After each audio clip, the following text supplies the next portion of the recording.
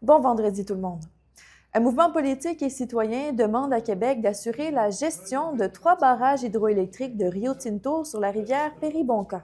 On parle de 3 des 6 centrales qui permettent à Rio Tinto d'être presque complètement autonome en matière de production d'électricité pour faire de l'aluminium.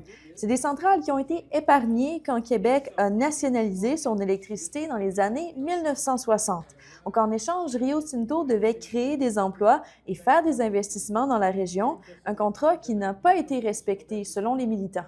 Quand tu te fais une entente avec une entreprise, puis un gouvernement, à un moment donné, il faut que tu respectes, mais c'est pas respecté.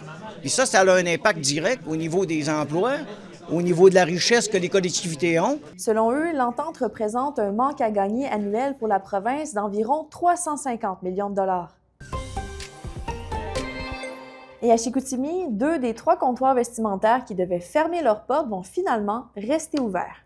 On avait appris en novembre que 3 comptoirs de la Saint-Vincent-de-Paul allaient fermer le 1er janvier. Finalement, c'est seulement le comptoir Saint-Antoine, qui est situé sur le chemin de la Réserve, qui va fermer ses portes, mais seulement au mois de juin. Ce qui est arrivé, c'est que depuis l'annonce de la fermeture, il y a une autre branche de la Saint-Vincent-de-Paul qui a décidé de prendre en charge un des comptoirs et l'autre sera maintenant géré par un groupe de bénévoles. Et finalement, le marché Girardville aura droit à un agrandissement et à une nouvelle usine de transformation alimentaire. C'est une annonce qui a été faite cet avant-midi à Girardville en présence d'élus régionaux. Donc, la nouvelle usine va permettre de produire des aliments transformés et des mets préparés pour approvisionner les établissements publics et privés et les commerces.